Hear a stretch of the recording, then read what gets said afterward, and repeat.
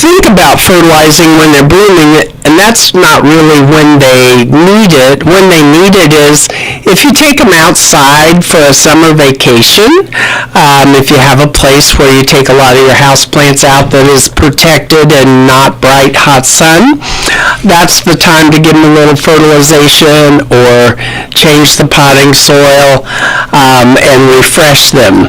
So right now, they don't need your fertilizer, and they should be good to go. And congratulations on your success at Rescue. Listen, I paid 99 cents for him. Oh, and wow. I did. It was right towards the end of the season. I wasn't sure, but he just looked sad and he needed a home. So I got him, and so this is the first time it's ever bloomed for me. That's awesome. Yeah. That is awesome. Here's my question. How do I know when I need to put him in a bigger pot? In May. In May? Okay. Yeah. Do it in May. Got it. And don't ever go more than an inch bigger pot than you have. Yes. Because plants like to perform if they have snugness to their feet. They don't want to be round and bound, which it looks like rope all the way around the thing. But if you put them in too big a pot, they spend forever trying to fill that pot with roots, and they'll do nothing else. So just 1 inch difference, and no, do it in no May. more than an inch bigger. Okay. So Because it is really approaching the yeah, edges of my it's pot, probably in a 4 or 5 inch Yeah. standard growing pot. So it could go up to a 6, and you'd be good to go. But I'd do it in anywhere between March and May, and that's when he would get fresh soil, a little dab of either slow release fertilizer or a little drink if he gets to have a outside vacation in May. I never thought about taking him. Been very protective. yeah, and that's fine. He'll be quite happy where, if a plant is happy and performing well, usually I don't disturb it. Just leave him alone. Right, but if you give him the fresh soil and a little bit of fresh fertilizer at that time of year, he'll be happy as clam. Well, good. Now, will he only bloom once a year? Is that typical? That is typical, but I know people that certainly have them bloom more than once, and they're like, but it's not Christmas. And it's like, but the plant, the lighting and the other changes that we just talked about somehow have occurred and triggered that. And in my case, because I don't do good winter care, when I start to do care again in late winter, early spring, they think, oh, this is my chance to stay alive, so they'll often trigger then, which is off-season. And I say, take what you get. The best thing about Christmas cactus, I was just talking with somebody yesterday, is the history and stories that people pass along. I know several people that have massive ones.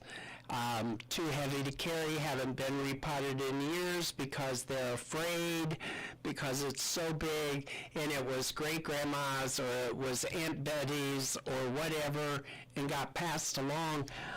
And that's one of the fun things about plants is they have this link in history through time, and I think that's kind of fun. I love that you can, like, even your outdoor plants, you can separate and like, in front of my house, I have plants that came from my, daylilies that came from my grandma's. Absolutely. So, I love that piece that you can take a little piece with you no matter where you go. Absolutely true.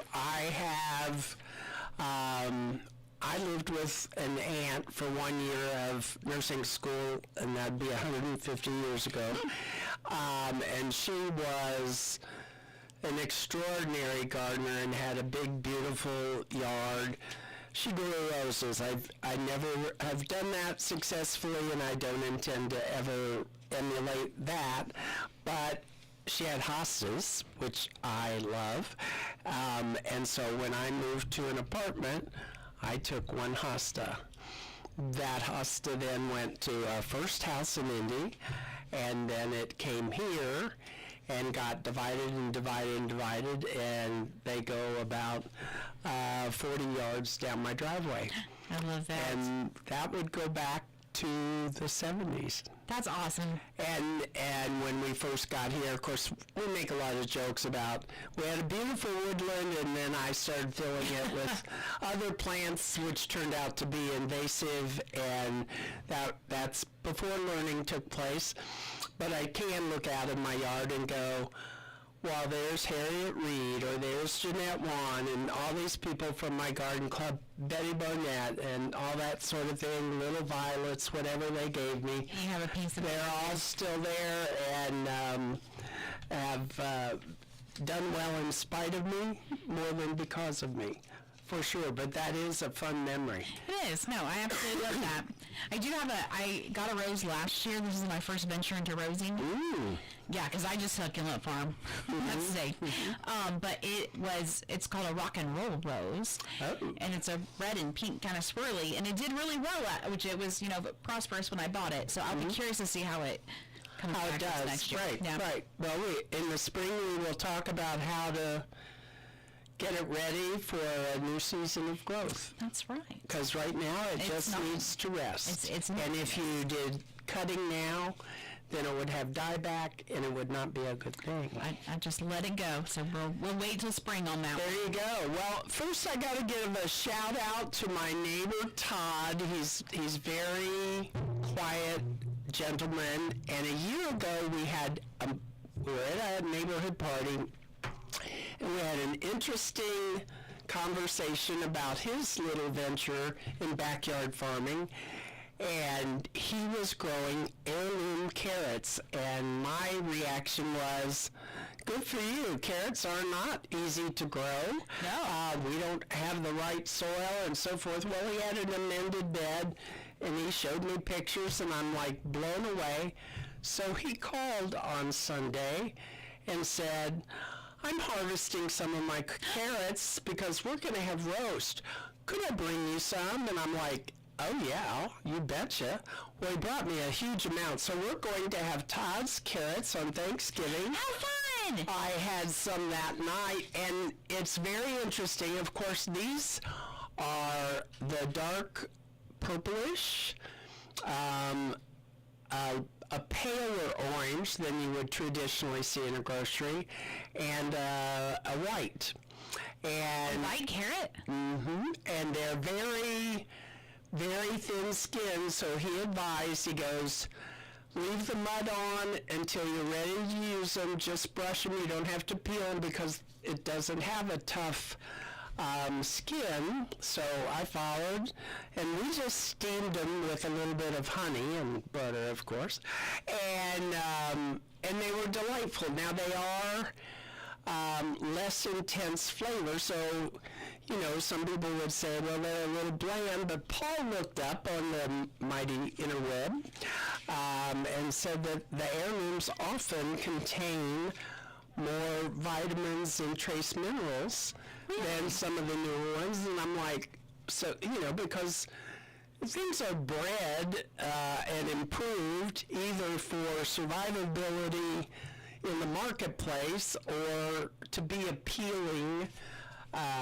to whoever the buyer is. And so, we have bright orange carrots that are most commonly found. I mean, you can find these kind in particularly natural food stores, as my kids call it, Whole Paycheck, that's Whole Foods, and Fresh Time and places like that, but they cost an arm and a leg because they're specially bred and grown by small growers and so on and so forth. So we shall see how this plays out, but I'm pretty excited about it. Carrots are really hard. I mean, They're real, because at first I said, do you grow them in bucket? He has a patch, and it is in and amongst his landscaping, which I think is absolutely brilliant. This was a trend probably about 10 or 15 years ago to intersperse herbs and veggies with your flower garden. Okay. Because particularly if you're spatially challenged, then you can have the pretties, and then, most vegetable plants are not particularly beauty queens, but you still want their bounty, so when they're interspersed, then you get this wonderful variety of textures for the artistic eye, and you're caring for one garden rather than 2 or 3 different ones. But his are interspersed, and they were profoundly robust and healthy. So, yay, Todd, thanks for sharing. That's exciting. We'll be excited to hear how they are. Well, we shall give a picture and a report. Love it. For sure. And I'm sure that the grandsons will go, golly, these are weird. Because, heaven forbid, you venture out the 5 things they like. That's exactly right. So here are just some fun facts since we're in holiday mode. And some of you may already know this, but it's turkey season, and in 2025, Indiana was the number 3 producer of turkeys in the country. Really? Number 1, North Carolina, 1 billion pounds of turkey. Oh, wow. Indiana, 848 million, and of all things, Minnesota was number 2. Minnesota. Yeah, Minnesota and North Carolina, according to this report, flip-flop back and forth because they're neck and neck. Oh, bad turkey. Bad turkey pun. Bad turkey pun. So I knew it, Southwest Indiana. I mean, if you drive down there, you see turkey farms and turkey farms and turkey farms. And this time of year, or actually 6 weeks ago, you'd see turkey trucks. But I thought that was quite interesting. Little tiny Indiana compared to these other larger states. Yeah, I would have never guessed that. Yeah. And who knows the history. I'm always kind of fascinated by how did that happen. Well, it's probably whoever settled there, that's what they did. It's just like our friends in Southwest Indiana that grow watermelons. Well, they've had 3 generations of their family grow watermelons. So that's what they do. It's often true in much of farming. So that was kind of fun. And then I had to go ahead because it's, this weekend, if it wasn't last weekend, this weekend and the following weekend are the big weekends for getting fresh Christmas trees. Yes. And the number 1 tree is the Fraser fir. The Fraser fir. Over and over and over. And the reason that it is number 1, and there'll be 20 people out there right now going, well, that's not my favorite. Of course it isn't, because there's something emotional that ties, if you get a fresh tree, why you get a pine or a blue spruce or, one of the others. But Fraser firs in general have a nice fragrance. They have great needle retention, and people who don't like to clean up after their Christmas tree like that. And they have sturdy branches, so your favorite grandmother's ornament doesn't fall off and break in the middle of the season. So Growing up, we always went and got a fresh Christmas tree. But the older that we got, we started having to alternate because my mom liked the softer kind of, I always call it feathery. Mm-hmm. I like the firm, short needles Christmas tree. So we'd have to alternate back and forth so that everybody was successfully And do you use happy. artificial now? We do. We switched a few years ago. Most people do anymore. I do miss that tradition though, because we would go out and pick our tree. But everybody obviously has grown up, and so we've all went to artificial. But what I love, my mom got us ornaments every year. So when we all went out on our own, we had our tree. Huh? Yep, we got our tree ready to go because we have all our ornaments. So There you go. yeah. And it is fun. I do remember that with my mother, it was kind of like the rude awakening, like one of those things they pass to you and it's like, oh, I guess I have to be an adult now.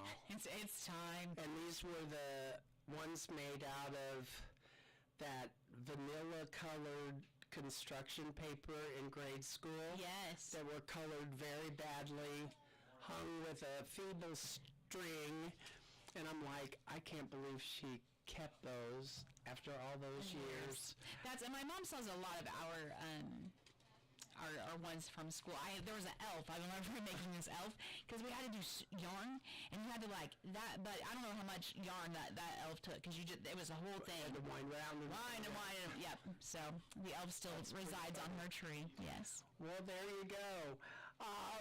So the next thing that are seasonal gems are poinsettias. There are more than 70 million poinsettias sold every Christmas season in the United States. 70 million? Impact on the economy is more than $250 million. California, of course, and North Carolina are the big producers. It used to be, before conglomerates bought out big farms in California, that there was a family, I don't know, can you call it a farm when it's so big? I mean, it's not cattle, so it's not a ranch, but a massive farm. One family in California did 70% of the poinsettias in the U.S. 70%? And of course now some giant mega company owns them, and out of Holland or something. So, but still producing, still beautiful. They come in an amazing array of colors, some of which I've never seen, and I certainly would love to. Pale, like corally orange ones. Seriously? I would I've love never that. seen that. I think that'd be beautiful. Are the colors like geographical? No, these have been selected for in crossing and pollination. Okay. Of course, the obvious. And a reminder to everybody, since this is a gardening show, horticulturally, the red that you see on a poinsettia, that is not the flower. Those are bracts, and they are leaves that turn colors. The little flower is those little yellow bumpy things right in the center. That's the flower. The inconspicuous, not much to show for it, flowers. Oh. So, of course there are reds with splotches, pinks, Yes. all the related families of red and pink and variations. And, for the most part, poinsettias are still pretty cheap. They are cheap. They're kind of the original. They're native to the Pacific coast of Mexico. Not as showy as we like, but certainly have been developed. And that development started way back in the 16th century, and no, I was not there, but they have been selected, and there was a botanist who was also an ambassador to Mexico, and his last name was Poinsett. So that's where the name poinsettia came from that botanist who helped with the development, ultimately, of that plant for our consumption and domestic use. All right, a few keys as we transition after this week. I feel like I'm rushing the season, but I won't talk to you very soon. So if you're going to get any kind of live greenery in your house, want to remind you how to keep it fresh and therefore keep your house safer.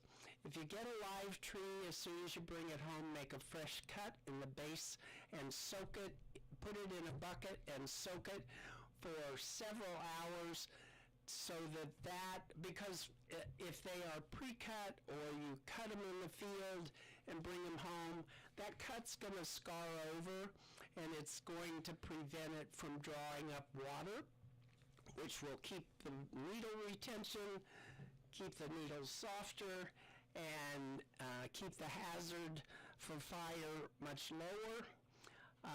Keep your fresh greenery away from heating sources because it dries them out more than anything. If you are doing branches, say on your mantle or garland and that sort of thing, when you purchase them, use a big tub or even the bathtub and trim the stems and put them down and soak them in the water overnight ideally, and then you can take them out and lay them on towels to dry, and you can spray a transparent. Some places, garden centers will sell that. They often suggest them like for rhododendrons, for outside evergreens, so that you don't get winter burn and evaporation. And that'll work on fresh greens as well. It just helps them not lose water quite so quickly. You can spritz them a little bit and mist them, but then parts of your furnishings and stuff are going to get wet, so that's not ideal. So just keep them moist and safe, and things will be much safer, much safer. The other thing, of course, we finally got cold weather, so whether we were ready or not, we had to bring in those plants that we're going to try to winter over. And as you know, if you don't do it in September when it's ideal and there's not much temperature difference, then of course, just like at our house, do as I say, not as I do. We had a massive leaf drop as soon as everybody came in because they were like, oh my gosh, you know, I was out in this mild weather and now you brought me in here with hot, dry air. Just be patient with them, give them a little food and water, and they'll sprout back out, and ours have been in probably 3-ish weeks now, and the hibiscus is blooming again, so it's recovering, but it probably dropped 90% of its leaves, and I thought, okay, this will be the year. Nope. You know, that poor thing has come in and out of our house probably for 15 years or more. And yes, I know it needs to be repotted, but it's already in such a big pot we can hardly move it. So I don't know what the next step is. And then my favorite pottery store where pottery was cheap went out of business, so we'll have a challenge this spring. Where was that at? Old Time Pottery. Oh, I know. It's devastating. Yeah, And so the one in Indy closed about a year and a half ago, and we go to the one on Winton Road. Uh-huh. And we walked in this fall because I had something I was getting for the United Fund auction, and I walk in and it's bare. And they're like, yeah, we're closing, like next week. And I'm like, you can't do that. This is where I get my stuff. I know. That was very devastating to me as well. And then they also closed, obviously Joann Fabrics closed too. That was my other toy store. Yes, and so I know. I got the Hobby Lobby still. They said, I think there is still one maybe in Pigeon Forge. And I'm like, it's kind of long to drive, but I could consider it. If you got enough of a load and you incorporate a little vacation. Exactly. I can justify that. That's a manageable drive. Yes, I can totally justify that. And, you know, just fill up the back of the car. That's right. I've had some adventures with girlfriends when we would go there and buy pottery more than we could lift. And it happens. Yeah, it jumps in the car. That's right. As we're moving into this Thanksgiving week, I've been surveying people. So, are you a turkey or a ham girl? Totally turkey. Norman Rockwell is the photo we go for. Okay, so you baste and bake and do the whole. Yeah, I'm not a briner. My kids wish I was. Now the debate this year, and yes, we pick up Tom this afternoon. The debate this year is, for my convenience, cooking him tomorrow, letting him rest, and slice him and have him in turkey juice and reheating on Thursday would be great, but I love that smell, and so I'm leaning toward doing him Thursday Same. morning. Yeah, yeah.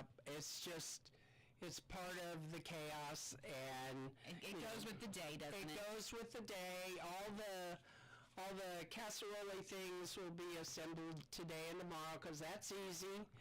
We have some people bringing stuff.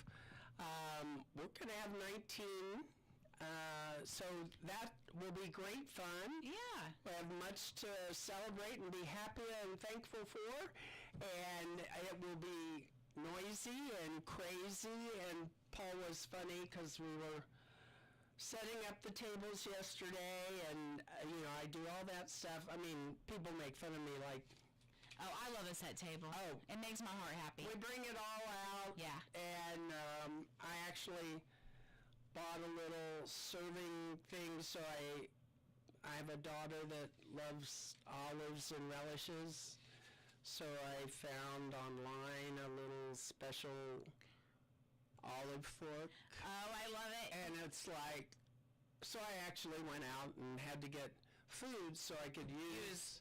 Yeah. Is that backward or what? Now, do you have certain dishes that you use? Oh yeah. What is your dish set? It's called Mon Bayou White. It's all white because I like to eat on plain plates. Uh-huh. Although every day we have these farm scene ones made in Kentucky. That's okay. This is And Thanksgiving, because so. then you could fight over, I get the duck, I get the pig, I get the cow, when you're little. And so it'll all match. We polish the silver the whole 9 yards, and and I don't have, I mean, for this crowd, there's not enough dishes. So I have antique plates that were my mom's that look very similar, but they're a little smaller. And Paul's brother, when he was still with us, used to always go very early to get his plate because he wanted to make sure he got the bigger plate. I'm like, you can go back as many times as you want. You go, and he would guard it like, Like it was a this prize. is my prize plate. I'm going to have a big plate. And I'm like, okay, And whatever. my Uncle Gary, he's gone now as well. We lost him last year, but he always had to be first in line. There you First go. in line to get that food, no matter what holiday it was. Birthday, holiday, first in That's line. funny. And we laughed yesterday because we're setting up so we could seat everybody at tables. And Paul says, Greg and David are just going to sit in front of the TV the whole afternoon. I said, yeah, but I want to make them feel like they're welcome. They're if welcome they'd at the like to. table. And he goes, hadn't happened in 10 years. I'm like, I don't You care. should get them a TV tray. I could. They're there. They're there. Yeah. That's right. Do you have a go-to side? I'm a noodle girl. I look forward to the noodle. I never learned how to make noodles. Is that right? So I've had people bring me their noodles Uh-huh. and cooked them in the past. My favorite is a sweet potato casserole Sweet potato with casserole. the pecans. I mean, it Yes. tastes like sweet potato pie. Right, yes. It's so good. And Do you make green stuffing? bean casserole. Oh, green bean casserole is good. And I'm going to make, my sister-in-law is bringing pie this year. Okay. And, because I'm a little weird, I found a recipe this week for a chocolate bourbon pecan pie. Oh, that sounds delightful. I think that's going to appear on the table. I think that sounds delicious. Yeah. And sometimes my daughter likes roasted or grilled Brussels sprouts. That's a later entry to the tradition. Corn pudding's one of my favorites. Okay. And good old stuffing. Do you do a bread stuffing or like a cornbread stuffing? That's a great question. That's a whole show in itself, I know. Stuffing is a whole Certainly. thing.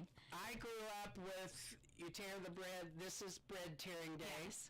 And a very traditional, of course, I grew up with oyster stuffing. Okay. The rest of the family doesn't like it, so No, I agree with them. I pass on, well, they don't like that time, so that's okay. And then when I was traveling with Garden Club, I met a lady from Seattle, and she makes a stuffing. So now, for the last several years, I have made one dish of hers, and you put sausage in it. Oh, and you still do the bread, or do you do cornbread? Oh yeah, you just do the add, mix like where you mix oysters and oyster stuff. You just do the sausage. You just do sausage, I need my grandma. and it's really good. My mama always made the bread stuffing as well, tore the bread, the whole thing. I never learned how to make that from her, but I always loved the texture of that. So you might have to do a show on that. We might do a cooking show through December.